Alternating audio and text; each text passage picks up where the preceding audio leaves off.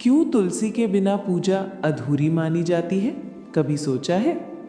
इतने सारे फूल, चंदन, इत्र होते हुए भी भगवान विष्णु को एक साधी सी तुलसी की पत्ती ही इतनी प्रिय क्यों है?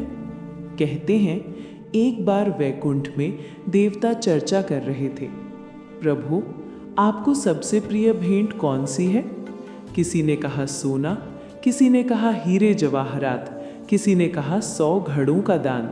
तभी नारद मुनि बोले, मेरे विचार से भगवान को सबसे अधिक भक्ति प्रिय है, भेंट नहीं।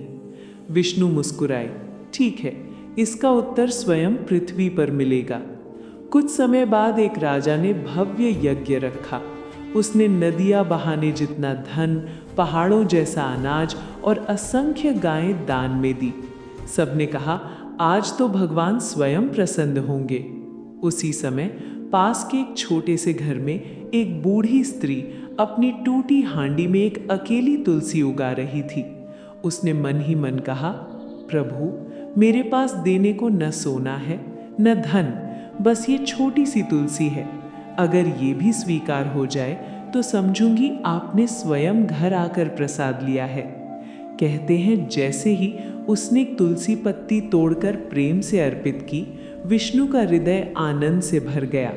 देवताओं ने पूछा, प्रभु इतने बड़े यज्ञ, इतना दान और आपको प्रसन्न कर गई सिर्फ एक तुलसी की पत्ती?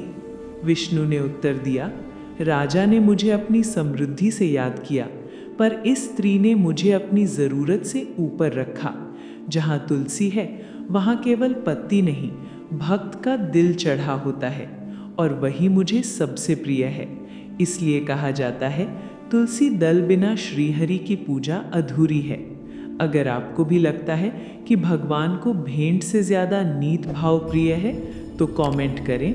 जय श्री हरि, जय तुलसी मैया।